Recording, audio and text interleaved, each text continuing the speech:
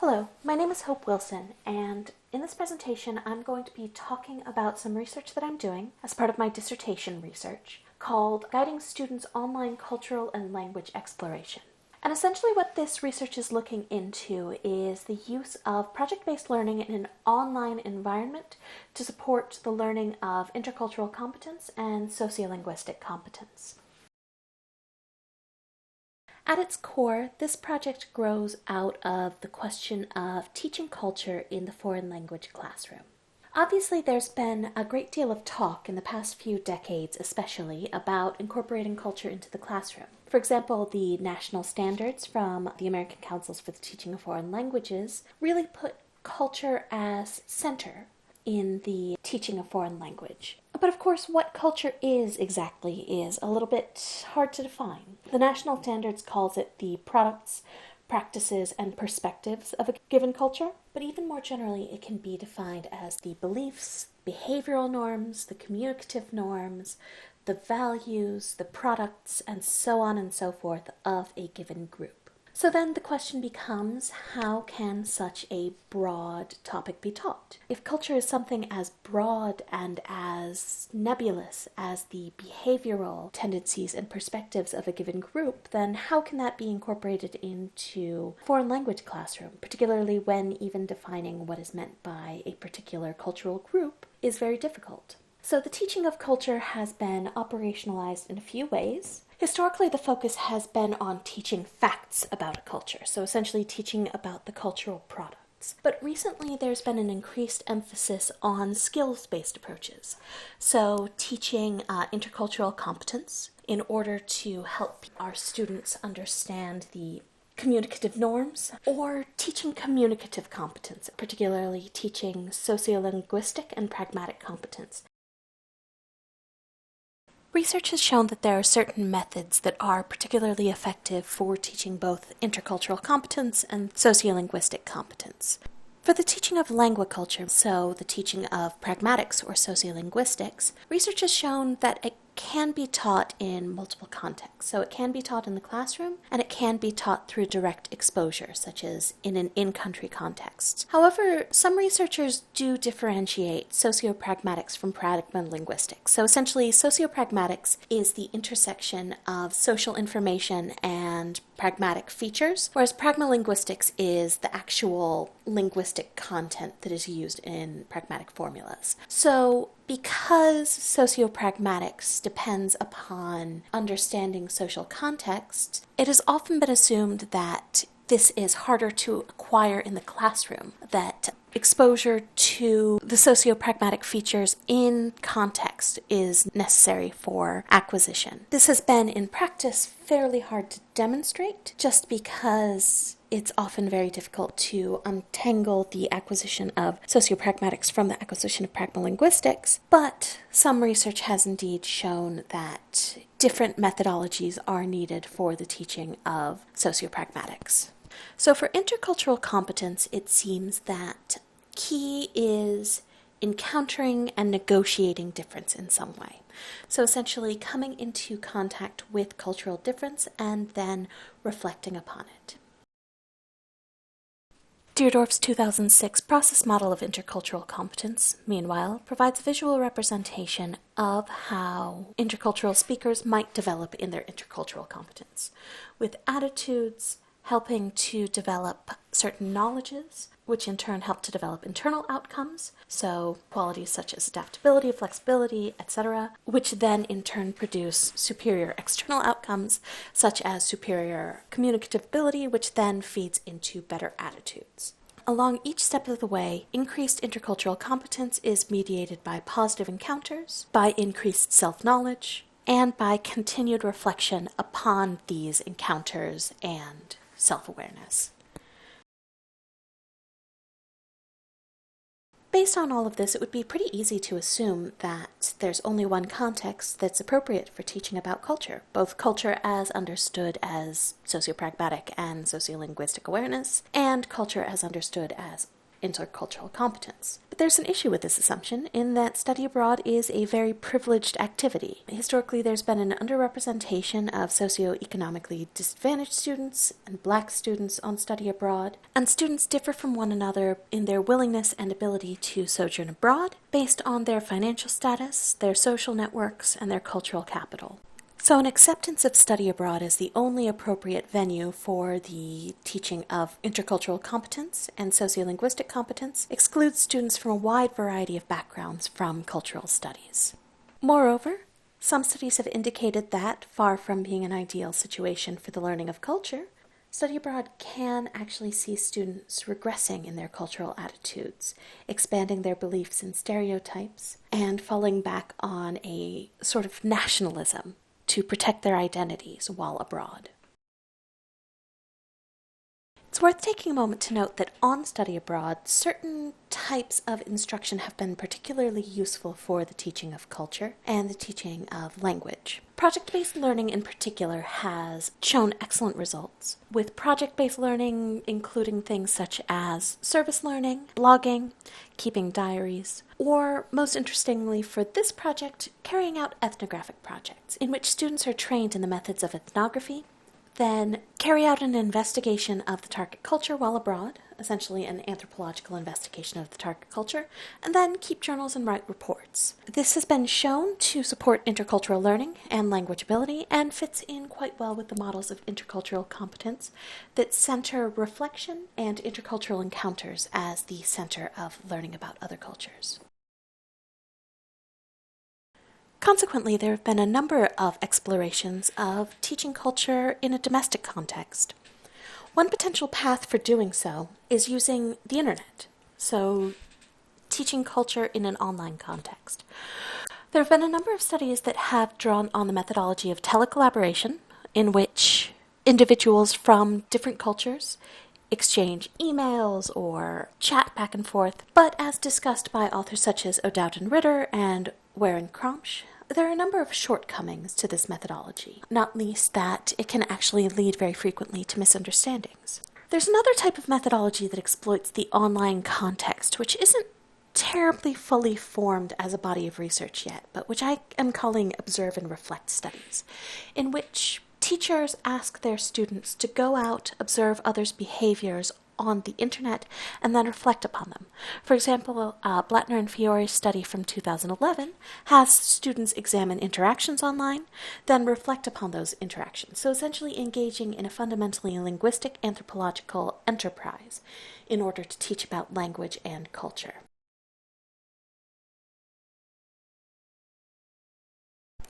So first, a general overview of the study. The participants who were recruited from a summer language program were trained in the basics of linguistic anthropology, first of all, using an online course. After this, they were asked to carry out a project gathering data on some site on the Russian language internet. They were allowed to focus on a topic of their choice as they gathered data. Then they completed several reflective writing assignments based both upon the data itself and analyzing the data, and also reflecting upon their own cultural identity. Then their learning outcomes were measured quantitatively using a survey tool that I developed, and qualitatively as well, using a combination of interviews and data taken from the reflective writing assignments that were part of the project that they were asked to carry out. The central questions of this project, therefore, are whether or not participation in this type of project correlates with increased intercultural competence, whether or not participation in this project correlates with increased sociolinguistic awareness, and then factors that shape participation motivation. So, essentially, which factors facilitate participation in this project and which factors inhibit participation in the project. The participants in this project were split into two groups. The main group consisted of 5 students who were studying in a summer language program. They were studying either second or third year Russian. 2 of them were graduate students and 3 were advanced undergraduates. It's worth noting that they were highly motivated students. 4 out of 5 of them had prior international travel experience, and then 2 later were going on to travel to Russia within a matter of months. The comparison group were 21 students drawn from the same summer language program, so essentially students of comparable motivation and comparable backgrounds. The participants in the main group were taken through an online course in which they were trained in methods of linguistic anthropology and ethnography. The course was divided into 4 primary units, 1 per week. The first one, called Culture is a Thing We Do, was focused on teaching the students about general ideas of culture. The second, which was entitled Cultural Perspectives Shape the Way That We Talk, looked at the intersection of language and culture, basically introduced the students to linguistic anthropology. The third unit was called The Way We Talk Shapes Our Cultural Perspectives, and this deepened their knowledge of cultural anthropology and introduced them to the enterprise of ethnography as a means of investigating culture. Then the final unit, We Can Scientifically Investigate the Link Between Language and Culture, asked students to start their investigations of an online space. Finally, there was a discussion board in which students were able to interact with one another and then post their personal reflections and responses to the data.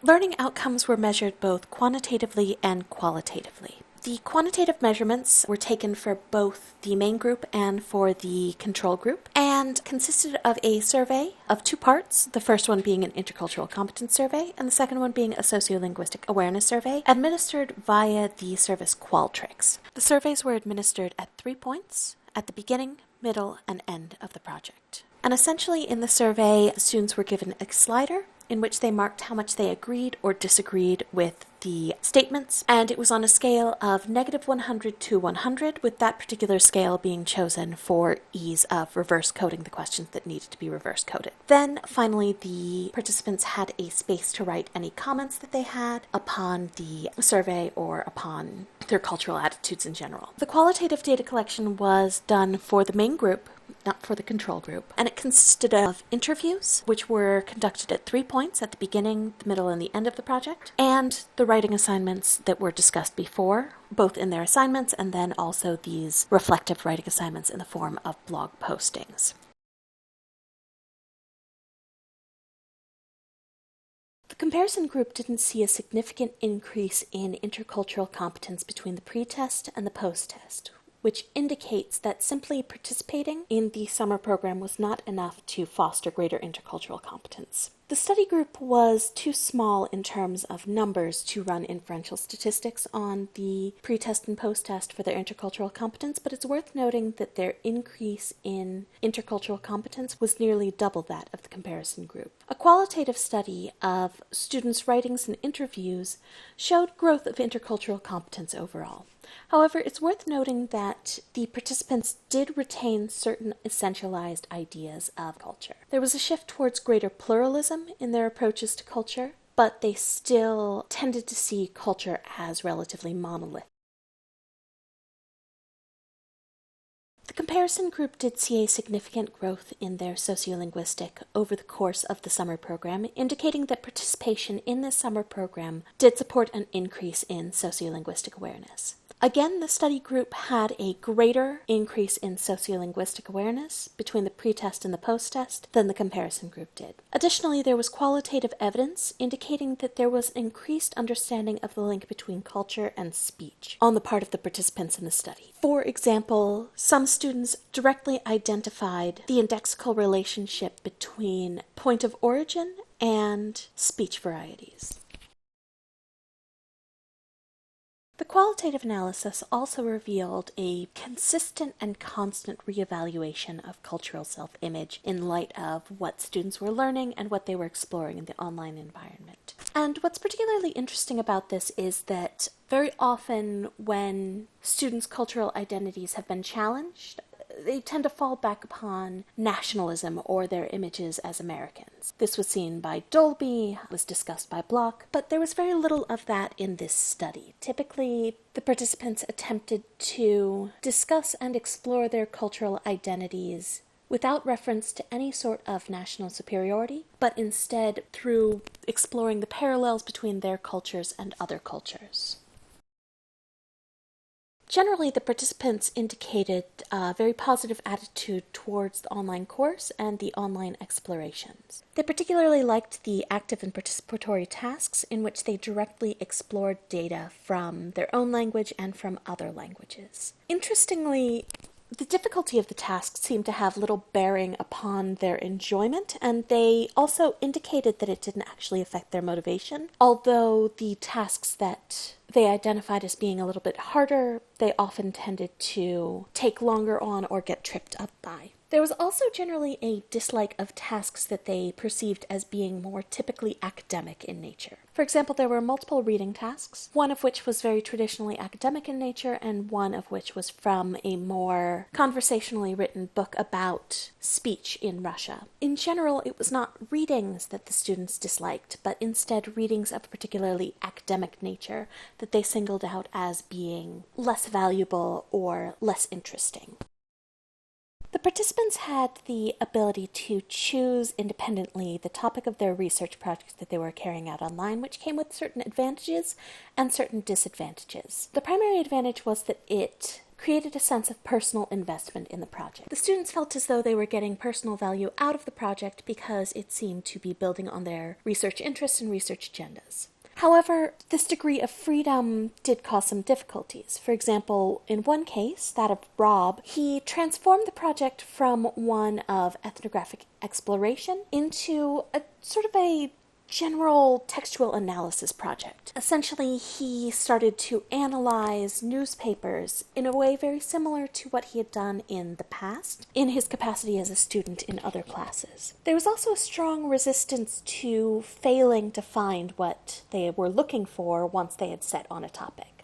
For example, one student, Sarah, had a particular topic in mind which she then switched when she wasn't able to find sites where that topic was being discussed, and began instead to explore diminutives and diminutive use. But in the process of exploring diminutive use, she resisted exploring spaces where diminutives weren't being used, instead moving to spaces where they were being used rather than seeing the lack of diminutives as an interesting phenomenon in its own right.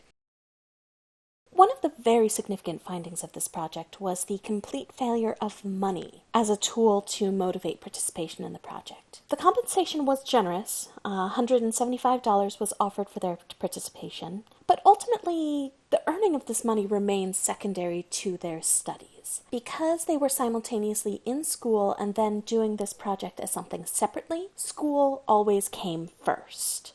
The project was not seen as contributing to their education, but was instead seen as a distraction from it. This lines up with other scholars' recommendations that projects like this be incorporated into the classroom. Very often, they recommend this as a factor that allows for greater interaction and reflection upon what is learned in these sorts of projects, but it seems that this is also vital for motivation. That when students are offered compensation rather than credit, they simply do not see it as an educational exercise.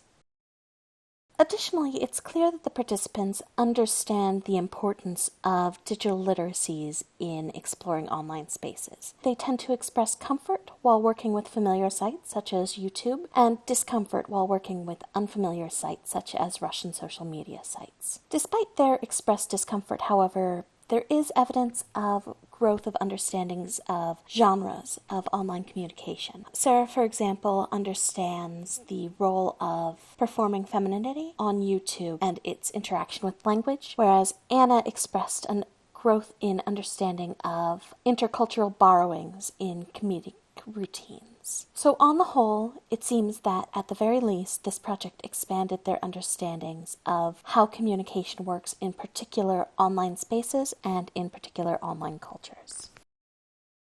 I'll be continuing to collect data on this project this fall. I'm going to do a replication of the project integrated into the classroom this time, so used as part of a classroom curriculum rather than as something outside of the curriculum. I've already started this and I'm seeing higher levels of participation, though also higher levels of variation in degree of participation, that some students are completing the tasks in just a perfunctory way. But I will have higher numbers, enough to run statistics on their results, and hopefully I'll have results that continue to demonstrate increased intercultural competence and increased sociolinguistic competence.